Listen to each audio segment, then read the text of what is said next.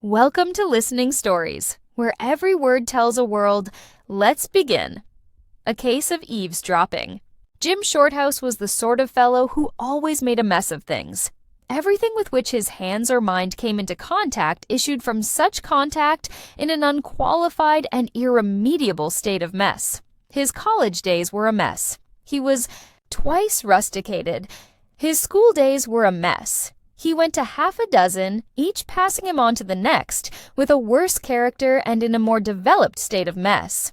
His early boyhood was the sort of mess that copybooks and dictionaries spell, with a big M, and his babyhood, was the embodiment of howling, yowling, screaming mess. At the age of 40, however, there came a change in his troubled life, when he met a girl with $500,000 in her own right, who consented to marry him, and who very soon succeeded in reducing his most messy existence into a state of comparative order and system. Certain incidents, important and otherwise, of Jim's life would never have come to be told here, but for the fact that in getting into his messes and out of them, again he succeeded in drawing himself into the atmosphere of peculiar circumstances and strange happenings. He attracted to his path the curious adventures of life as unfailingly as meat attracts flies and jam wasps. It is to the meat and jam of his life, so to speak, that he owes his experiences. His afterlife was all pudding, which attracts nothing but greedy children. With marriage, the interest of his life ceased for all but one person, and his path became regular as the sun's instead of erratic as a comet's. The first experience in order of time that he related to me shows that somewhere latent behind his disarranged nervous system there lay psychic perceptions of an uncommon order. About the age of 22, I think after his second rustication, his father's purse and patience had equally given out, and Jim found himself stranded high and dry in a large American city. High and dry, and the only clothes that had no holes in them safely in the keeping of his uncle's wardrobe. Careful reflection on a bench in one of the city parks led him to the conclusion that the only thing to do was to persuade the city editor of one of the daily journals that he possessed an observant mind and a ready pen, and that he could do good work for your paper, sir, as a reporter. This, then, he did, standing at a most unnatural angle between the editor and the window to conceal the whereabouts of the holes. "Guess we'll have to give you a week's trial," said the editor, who, ever on the lookout for good chance material, took on shoals of men in that way and retained on the average one man per shoal. Anyhow, it gave Jim Shorthouse the wherewithal to sew up the holes and relieve his uncle's wardrobe of its burden. Then he went to find living quarters, and in this proceeding his unique characteristics already referred to, what theosophists would call his karma, began unmistakably to assert themselves, for it was in the house he eventually selected that this sad tale took place. There are no diggings in American cities. The alternatives for small incomes are grim enough. Rooms in a boarding house where meals are served, or in a room house where no meals are served, not even breakfast. Rich people live in palaces, of course, but Jim had nothing to do with sich-like. His horizon was bounded by boarding houses and room houses, and, owing to the necessary irregularity of his meals and hours, he took the latter. It was a large, gaunt-looking place in a side street, with dirty windows and a creaking iron gate. But the rooms were large, and the one he selected and paid for in advance was on the top floor. The landlady looked gaunt and dusty as the house, and quite as old. Her eyes were green and faded, and her features large. "Wall!" she twanged with her electrifying Western drawl. "That's the room if you like it, and that's the price I said. Now if you want it, why, just say so, and if you don't, why, it don't hurt me any." Jim wanted to shake her, but he feared the clouds of long accumulated dust in her clothes, and as the price and size of the room suited him, he decided to take it. "Anyone else on this floor?" he asked. She looked at him queerly out of her faded eyes before she answered. "None of my guests ever put such questions to me before," she said, "but I guess you're different. Why, there's no one at all but an old gent that stayed here every bit of 5 years. He's over there," pointing to the end of the passage. Ah, I see, said Shorthouse feebly. So I'm alone up here? Reckon you are pretty near, she twanged out, ending the conversation abruptly by turning her back on her new guest and going slowly and deliberately downstairs. The newspaper work kept Shorthouse out most of the night. 3 times a week, he got home at 1 a.m. and 3 times at 3 a.m. The room proved comfortable enough, and he paid for a second week. His unusual hours had so far prevented his meeting any inmates of the house, and not a sound had been heard from the old gent who shared the floor with him. It seemed a very quiet house. One night, about the middle of the second week, he came, home tired after a long day's work. The lamp that usually stood all night in the hall had burned itself out, and he had to stumble upstairs in the dark. He made considerable noise in doing so, but nobody seemed to be disturbed. The whole house was utterly quiet, and probably everybody was asleep. There were no lights under any of the doors. All was in darkness. It was after 2 o'clock, after reading some English letters that had come during the day, and dipping for a few minutes into a book, he became drowsy and got ready for bed. Just as he was about to get in between the sheets, he stopped for a moment and listened. There rose in the night, as he did so, the sound of steps somewhere in the house below.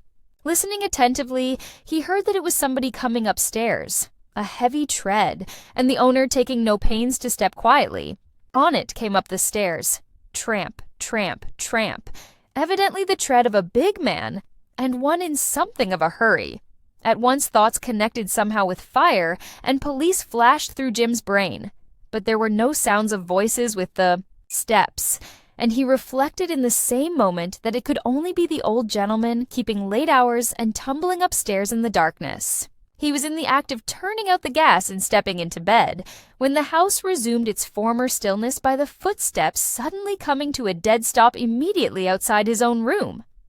With his hand on the gas, Shorthouse paused a moment, before turning it out to see if the steps would go on again, when he was startled by a loud knocking on his door. Instantly, in obedience to a curious and unexplained instinct, he turned out the light, leaving himself and the room in total darkness. He had scarcely taken a step across the room to open the door, when a voice from the other side of the wall, so close it almost sounded in his ear, exclaimed in German, "Is that you, father? Come in." The speaker was a man in the next room, and the knocking, after all, had not been on his own door, but on that of the adjoining chamber, which he had supposed to be vacant. Almost before the man in the passage had time to answer in German, "Let me in at once," Jim heard someone cross the floor and unlock the door. Then it was slammed to with a bang, and there was audible the sound of footsteps about the room, and of chairs being drawn up to a table and knocking against furniture on the way. The men seemed wholly regardless of their neighbors' comfort, for they made noise enough to waken the dead. "Serves me right for taking a room in such a cheap hole," reflected Jim in the darkness. "I wonder whom she's let the room to." The 2 rooms, the landlady had told him, were originally one. She had put up a thin partition, just a row of boards, to increase her income. The doors were adjacent and only separated by the massive upright beam between them. When one was opened or shut, the other rattled. With utter indifference to the comfort of the other sleepers in the house, the 2 Germans had meanwhile commenced to talk both at once and at the top of their voices. They talked emphatically, even angrily. The words father and Otto were freely used. Shorthouse understood German, but as he stood listening for the first minute or two, an eavesdropper in spite of himself, it was difficult to make head or tail of the talk, for neither would give way to the other, and the jumble of guttural sounds and unfinished sentences was wholly unintelligible. Then, very suddenly, both voices dropped together, and, after a moment's pause, the deep tones of one of them, who seemed to be the father, said with the utmost distinctness, "You mean, Otto, that you refuse to get it?" There was a sound of someone shuffling in the chair before the answer came. "I mean that I don't know how to get it. It is so much, father. It is too much. A part of it, cried the other with an angry oath. A part of it, when ruin and disgrace are already in the house, is worse than useless. If you can get half, you can get all, you wretched fool. Half measures only damn all concerned. You told me last time, began the other firmly, but was not allowed to finish. A succession of horrible oaths drowned his sentence, and the father went on, in a voice vibrating with anger, "You know she will give you anything. You have only been married a few months. If you ask and give a plausible reason, you can get all. We want and more. You can ask it temporarily. All will be paid back. It will reestablish the firm, and she will never know what was done with it. With that amount, Otto, you know I can recoup all these terrible losses, and in less than a year all will be repaid. But without it, you must get it, Otto. Hear me, you must.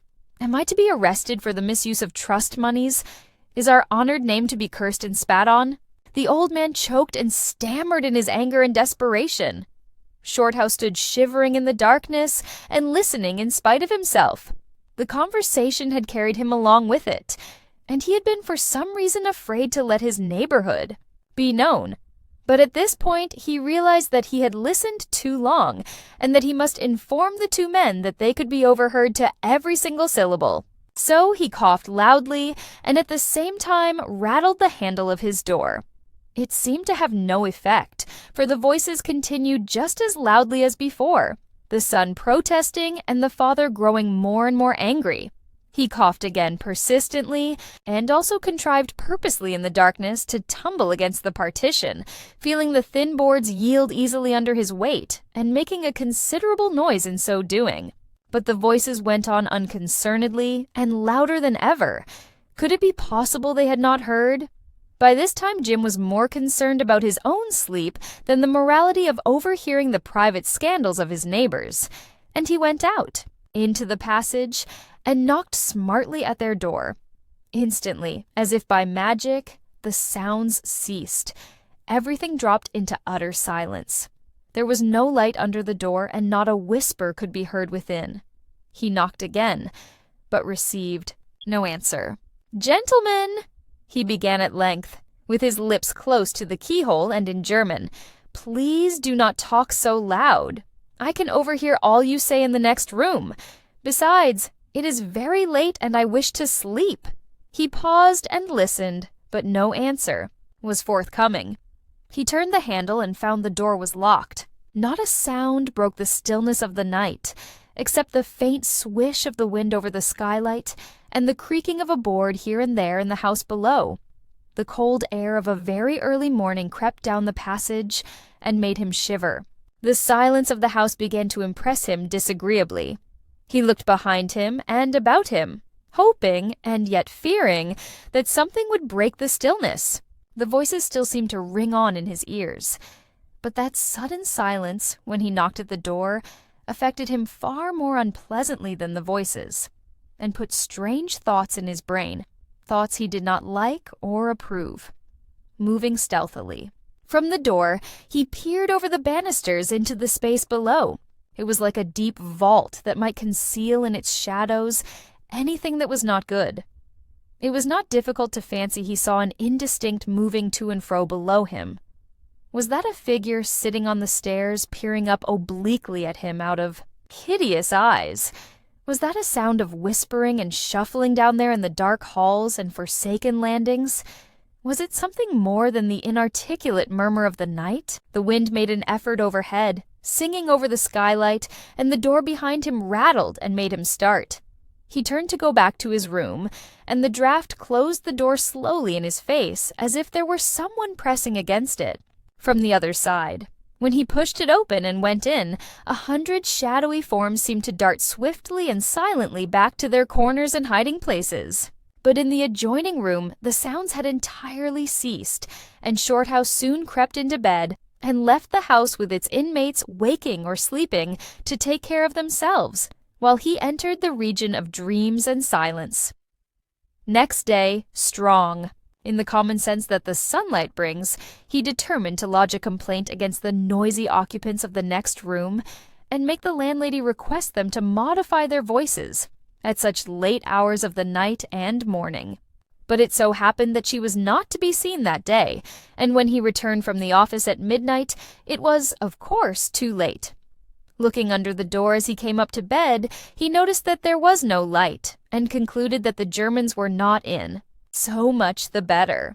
He went to sleep about 1 o'clock, fully decided that if they came up later and woke him with their horrible noises, he would not rest till he had roused the landlady and made her reprove them with that authoritative twang in which every word was like the lash of a metallic whip. However, there proved to be no need for such drastic measures, for Shorthouse slumbered peacefully all night, and his dreams, chiefly of the fields of grain and flocks of sheep on the faraway farms of his father's estate, were permitted to run their fanciful course unbroken. 2 nights later, however, when he came home tired out after a difficult day and wet and blown about by one of the wickedest storms he had ever seen, his dreams, always of the fields and sheep, were not destined to be so undisturbed. He had already dozed off in that delicious glow that follows the removal of wet clothes and the immediate snuggling under warm blankets, when his consciousness, hovering on the borderland between sleep and waking, was vaguely troubled by a sound that rose indistinctly from the depths of the house, and, between the gusts of wind and rain, reached his ears with an accompanying sense of uneasiness and discomfort. It rose on the night air with some pretense of regularity, dying away again in the roar of the wind to reassert itself distantly in the deep, brief hushes of the storm. For a few minutes Jim's dreams were colored only, tinged, as it were, by this impression of fear approaching from somewhere insensibly upon him. His consciousness, at first, refused to be drawn back from that enchanted region where it had wandered, and he did not immediately awaken. But the nature of his dreams changed unpleasantly. He saw the sheep suddenly run huddled together, as though frightened by the neighborhood of an enemy, while the fields of waving corn became agitated as though some monster were moving uncouthly among the crowded stalks. The sky grew dark, and in his dream an awful sound came somewhere from the clouds. It was in reality the sound downstairs growing more distinct. Shorthouse shifted uneasily across the bed with something like a groan of distress. The next minute he awoke and found himself sitting straight up in bed, listening. Was it a nightmare? Had he been dreaming evil dreams, that his flesh crawled and the hair stirred on his head? The room was dark and silent, but outside the wind howled dismally and drove the rain with repeated assaults against the rattling windows. How nice it would be, the thought flashed through his mind, if all winds, like the west wind, went down with the sun.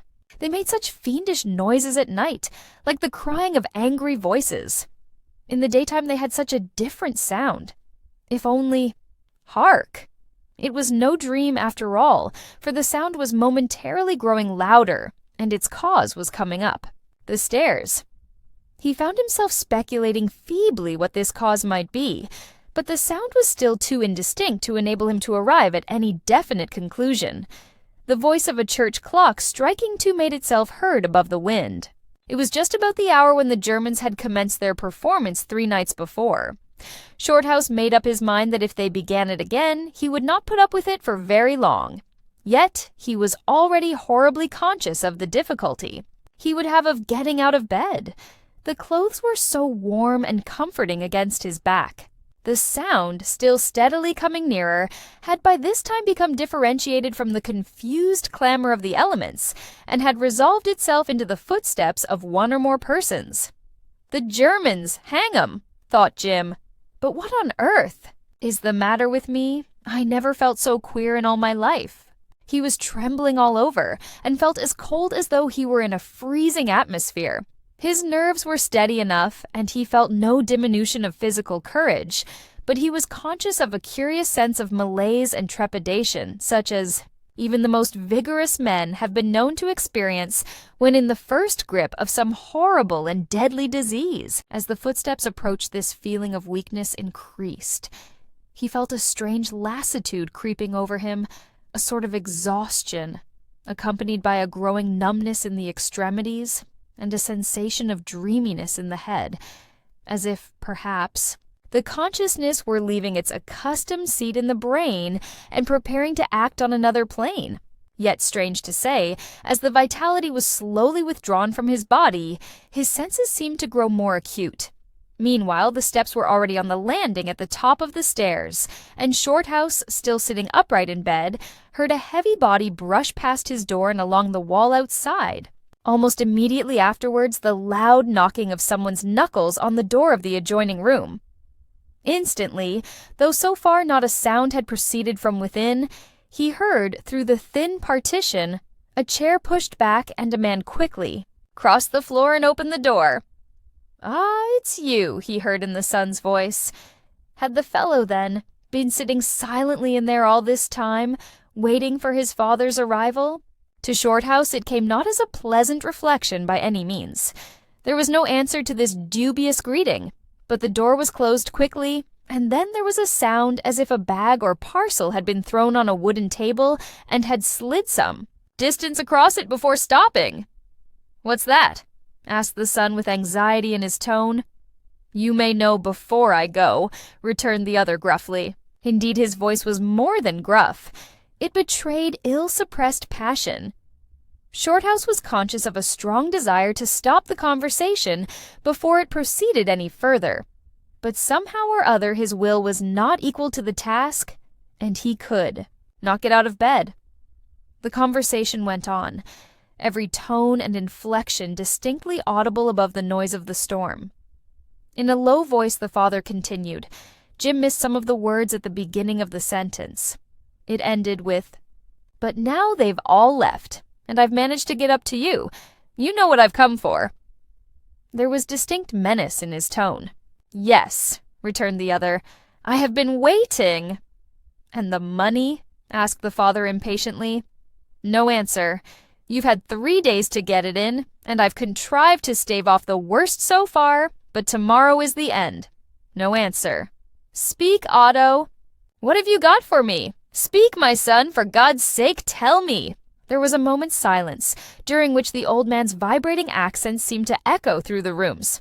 Then came in a low voice the answer, "I have nothing." "Otto," cried the other with passion, "nothing." "I can get nothing," came almost in a whisper. "You lie," cried the other in a half-stifled voice. "I swear you lie. Give me the money." A chair was heard scraping along the floor. Evidently the men had been sitting over the table, and one of them had risen. Shorthouse heard the bag or parcel drawn across the table, and then a step as if one of the men was crossing to the door. "Father, what's in that?" "I must know," said Otto, with the first signs of determination in his voice. There must have been an effort on the son's part to gain possession of the parcel in question, and on the father's to retain it, for between them it fell to the ground. A curious rattle followed its contact with the floor. Instantly, there were sounds of a scuffle.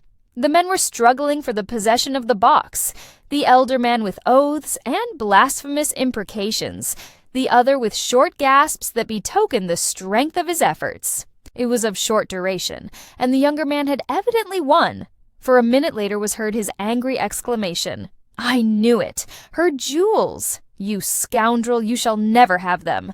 It is a crime." The elder man uttered a short, guttural laugh, which froze Jim's blood and made his skin creep. No word was spoken, and for the space of 10 seconds there was a living silence. Then the air trembled with the sound of a thud, followed immediately by a groan and the crash of a heavy body falling over onto the table. A second later, there was a lurching from the table onto the floor and against the partition that separated the rooms.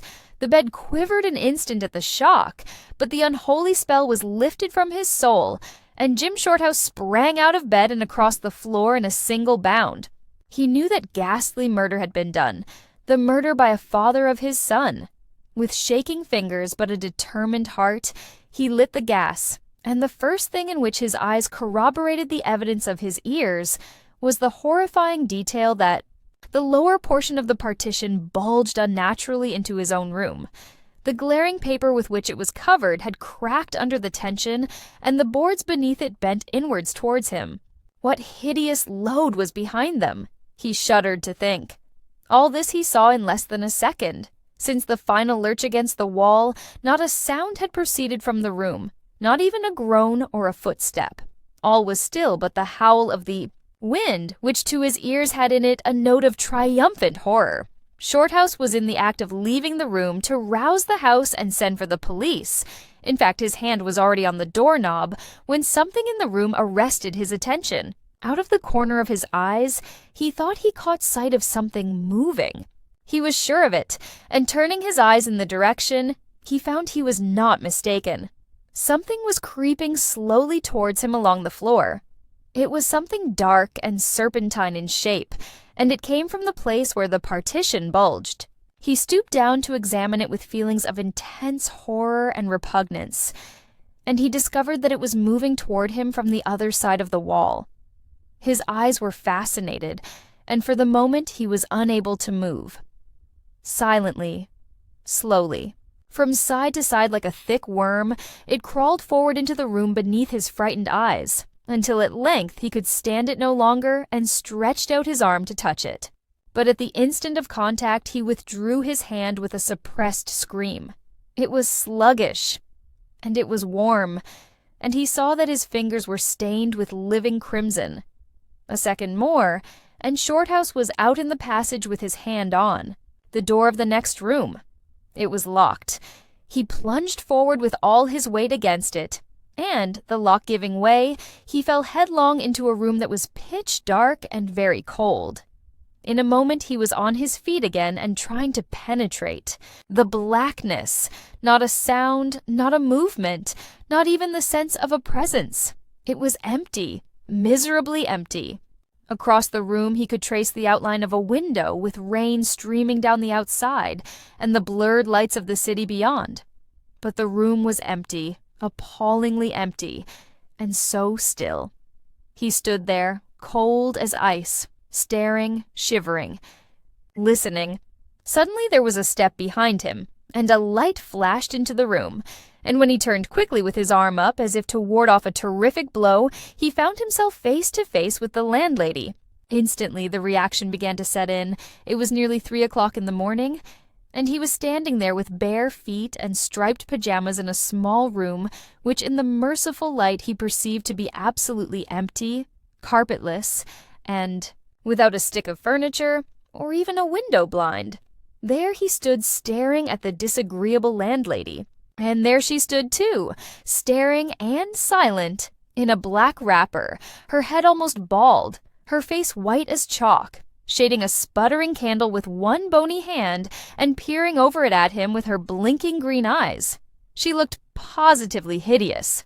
"Wall?" she drawled at length. "I heard you're right enough. Guess you couldn't sleep, or just prowlin' round a bit, is that it?" The empty room, the absence of all traces of the recent tragedy, the silence, the hour, his striped pajamas and bare feet, everything together combined to deprive him momentarily of speech. He stared at her blankly without a word. "Wall?" clanked the awful voice. "My dear woman," he burst out finally, "there's been something awful." So far his desperation took him, but no farther. He positively stuck at the substantive. "Oh, there hasn't been nothin'," she said slowly, still peering at him. "I reckon you've only seen and heard what the others did. I never can keep folks on this floor long. Most of 'em catch on sooner or later. That is, the ones that's kind of quick and sensitive. Only you being an Englishman, I thought you wouldn't mind. Nothing really happens. It's only thinkin' like." Shorthouse was beside himself. He felt ready to pick her up and drop her over the banisters, candle and all. "Look there," he said, pointing at her within an inch of her blinking eyes with the fingers that had touched the oozing blood. "Look there, my good woman. Is that only thinking?" She stared a minute, as if not knowing what he meant. "I guess so," she said at length. He followed her eyes, and to his amazement saw that his fingers were as white as usual, and quite free from the awful stain that had been there 10 minutes before. There was no sign of blood. No amount of staring could bring it back. Had he gone out of his mind? Had his eyes and ears played such tricks with him? Had his senses become false and perverted? He dashed past the landlady, out into the passage, and gained his own room in a couple of strides. Whoosh! The partition no longer bulged. The paper was not torn. There was no creeping, crawling thing on the faded old carpet. "It's all over now," drawled the metallic voice behind him. "I'm going to bed again." He turned and saw the landlady slowly going downstairs again, still shading the candle with her hand, and peering up at him from time to time as she moved. A black, ugly, unwholesome object, he thought, as she disappeared into the darkness below, and the last flicker of her candle threw a queer-shaped shadow along the wall and over the ceiling. Without hesitating a moment, Shorthouse threw himself into his clothes and went out of the house. He preferred the storm to the horrors of that top floor, and he walked the streets till daylight. In the evening, he told the landlady he would leave next day, in spite of her assurances that nothing more would happen. "It never comes back." She said, "That is, not after he's killed." Shorthouse gasped. "You gave me a lot for my money," he growled. "Wall, it aren't my show," she drawled. "I'm no spirit medium. You take chances. Some will sleep right along and never hear nothin'. Others, like yourself, are different and get the whole thing." "Who's the old gentleman and does he hear it?" asked Jim. "There's no old gentleman at all," she answered coolly. "I just told you that to make you feel easy, like in case you did hear anything. You were all alone on the floor. Say now," she went on, after a pause in which Shorthouse could think of nothing to say but unpublishable things. "Say now, do tell, did you feel sort of cold when the show was on? Sort of tired and weak, I mean, as if you might be going to die?" "How can I say?" he answered savagely. "What I felt God only knows."